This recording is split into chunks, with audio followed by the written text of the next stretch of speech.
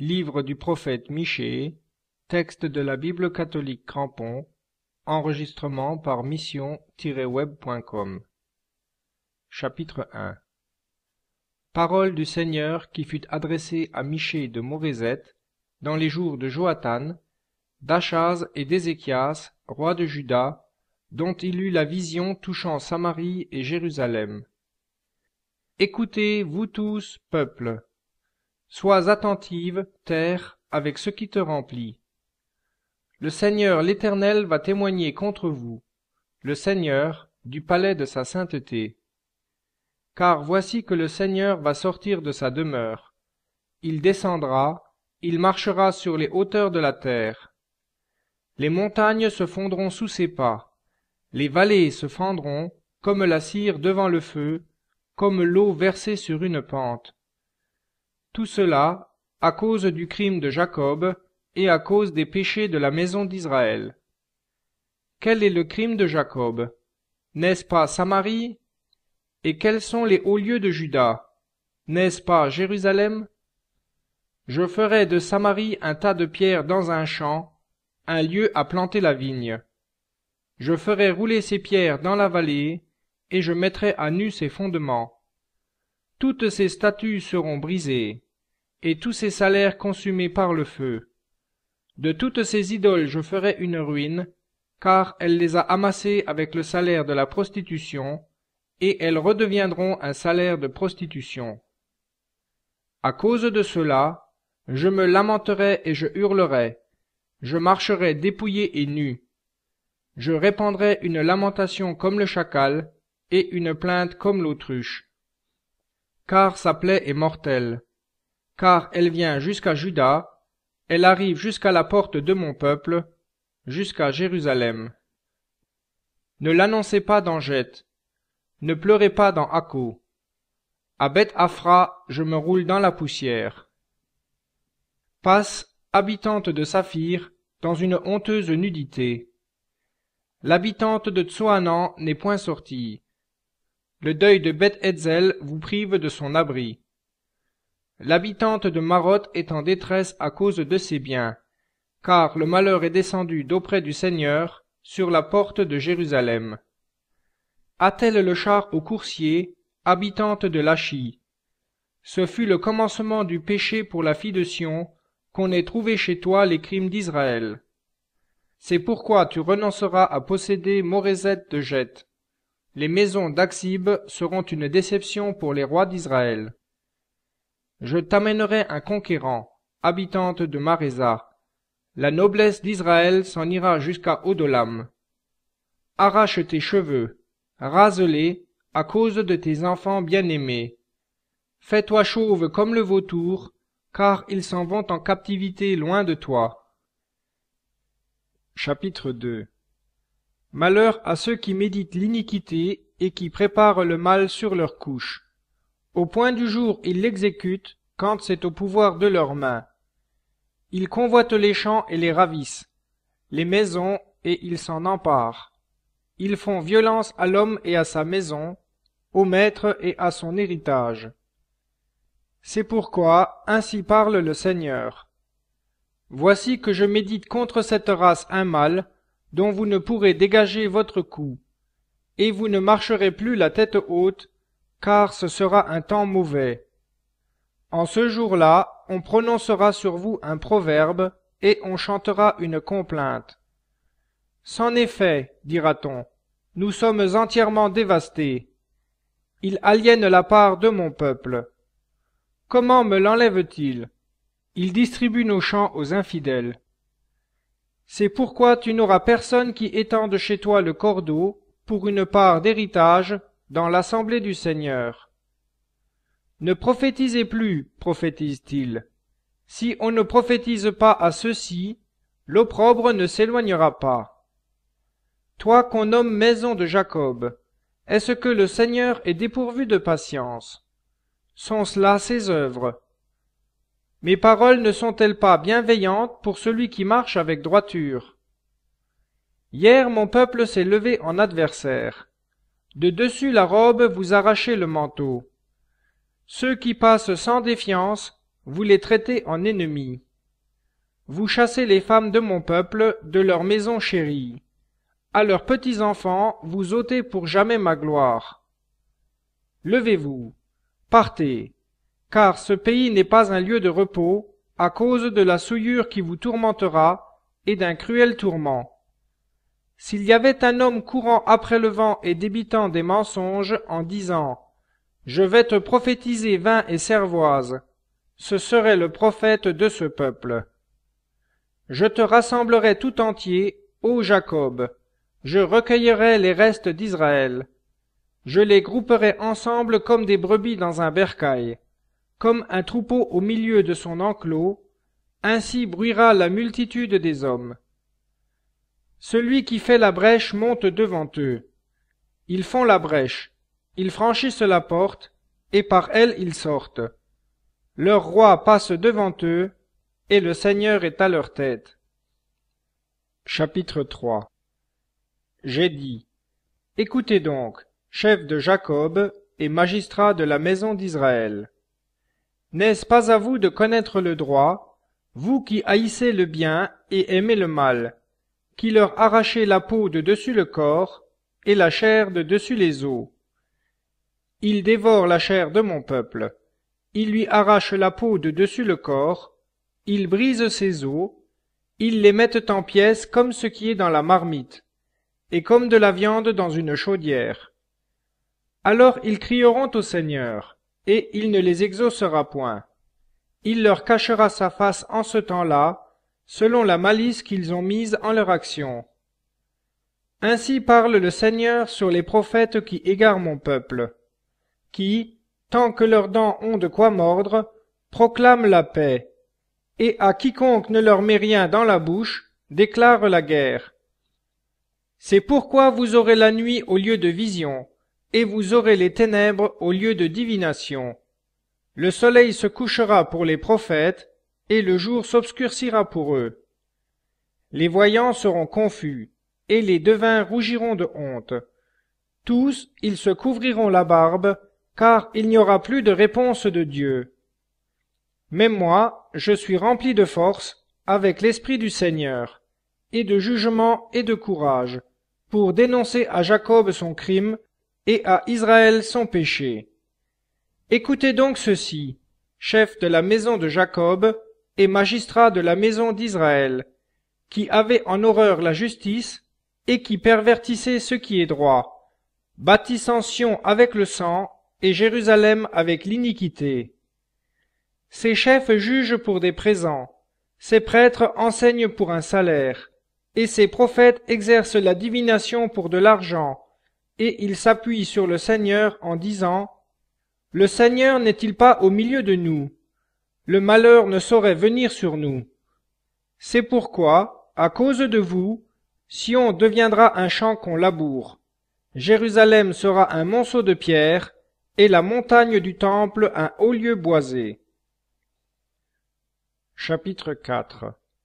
Il arrivera à la fin des jours que la montagne de la maison du Seigneur sera établie au sommet des montagnes, et élevée au-dessus des collines, et sur elle les nations afflueront.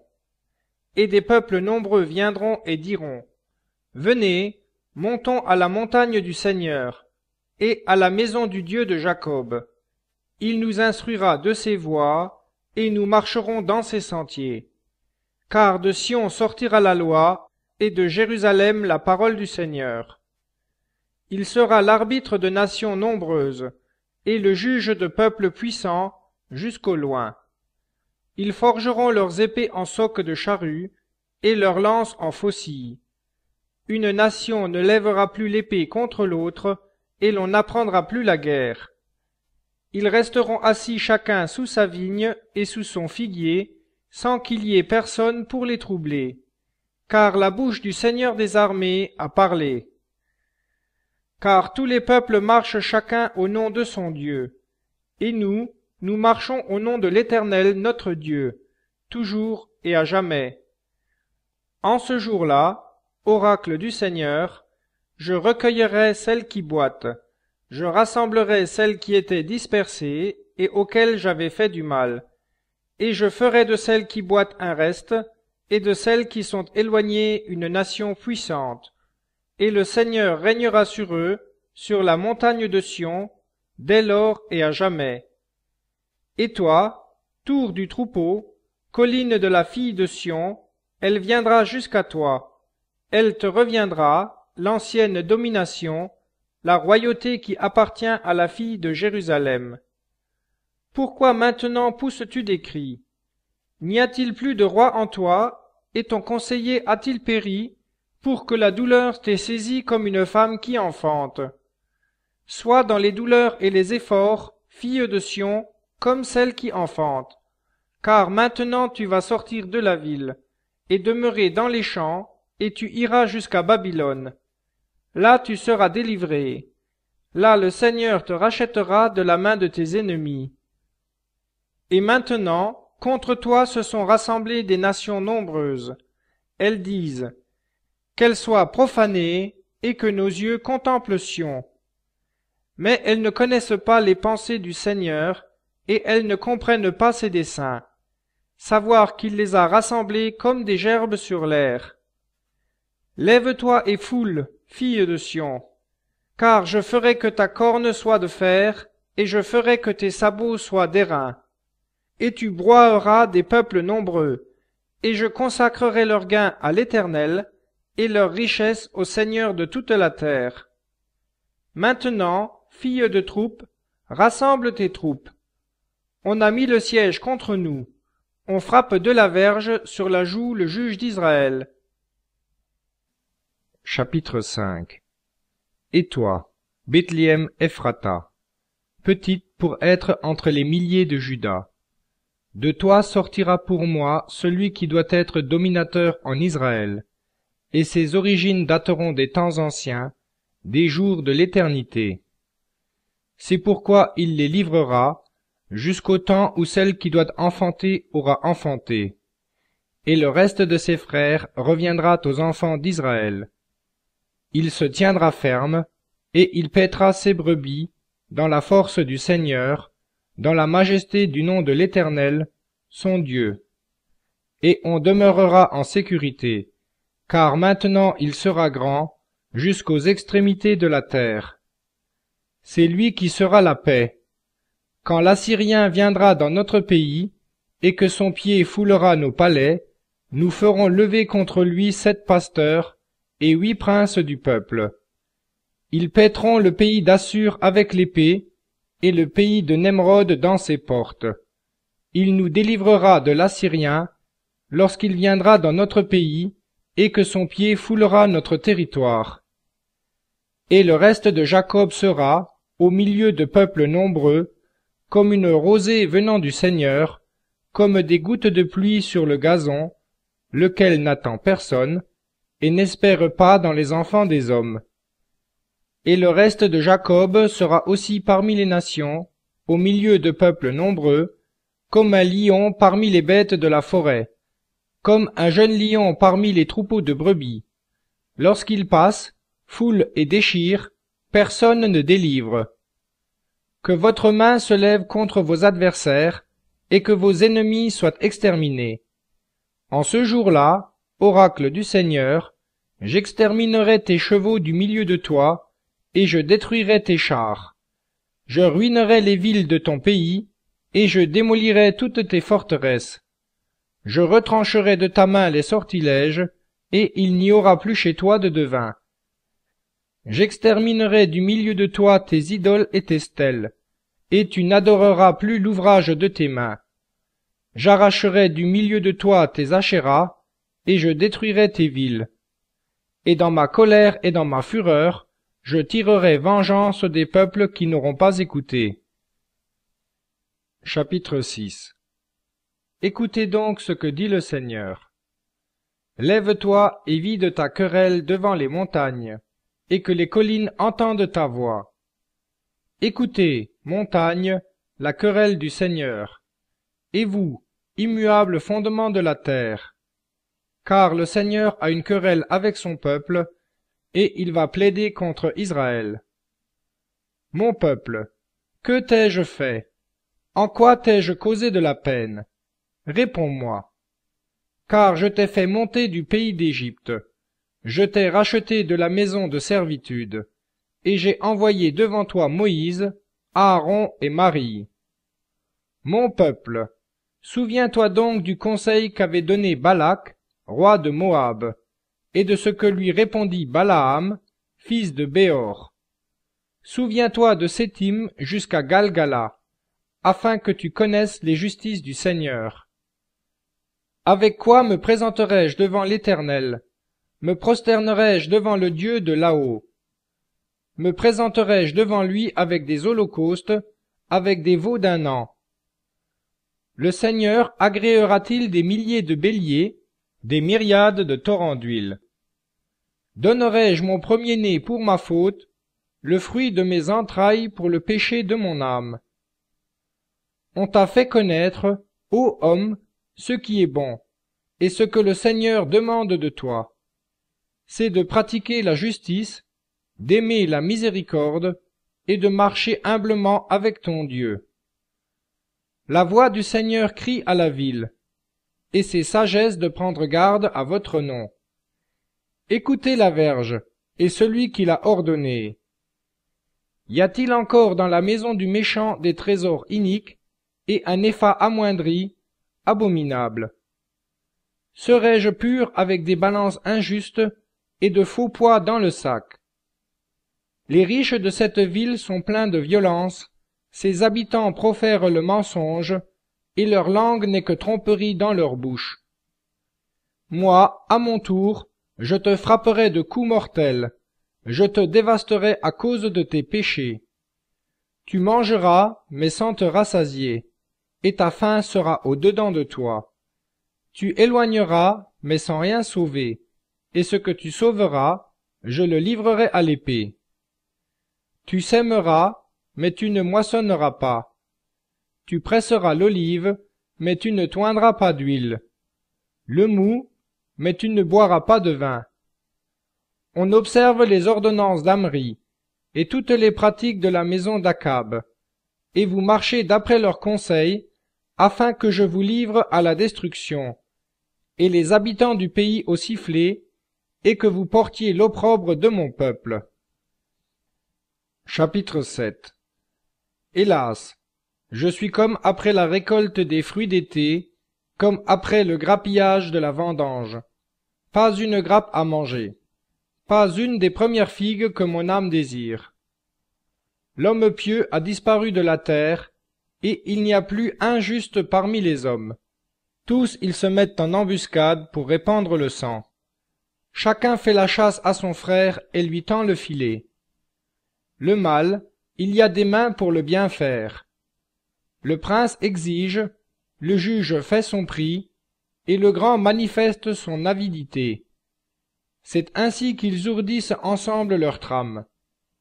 Le meilleur d'entre eux est pareil à l'épine. Le plus droit, pire qu'une haie de ronces. Le jour annoncé par tes sentinelles, le jour de ton châtiment est venu. Maintenant, ils vont être dans la confusion. Ne croyez pas à un ami, ne vous fiez pas à un intime. Devant celle qui repose sur ton sein, garde les paroles de ta bouche. Car le fils traite son père de fou, la fille s'insurge contre sa mère, la belle-fille contre sa belle-mère. Chacun a pour ennemi les gens de sa maison.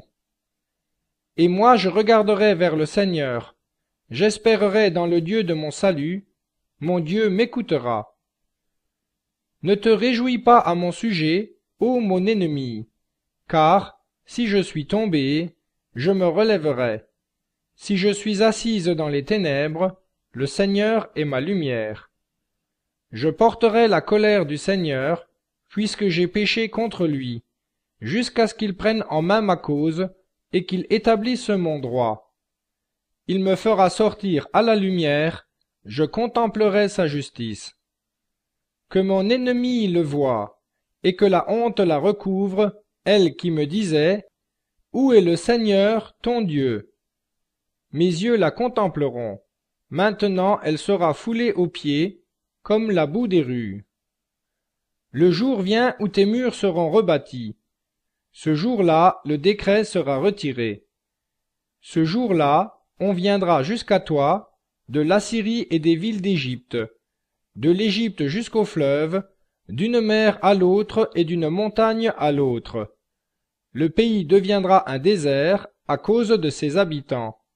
C'est là le fruit de leurs actions. Paie ton peuple avec ta houlette, le troupeau de ton héritage, qui habite solitaire dans la forêt, au milieu du Carmel. Qu'elle paisse en Basan et en Galaad, comme aux jours anciens. Comme au jour où tu sortis du pays d'Égypte, je lui ferai voir des prodiges. Les nations le verront et seront confuses de toute leur puissance.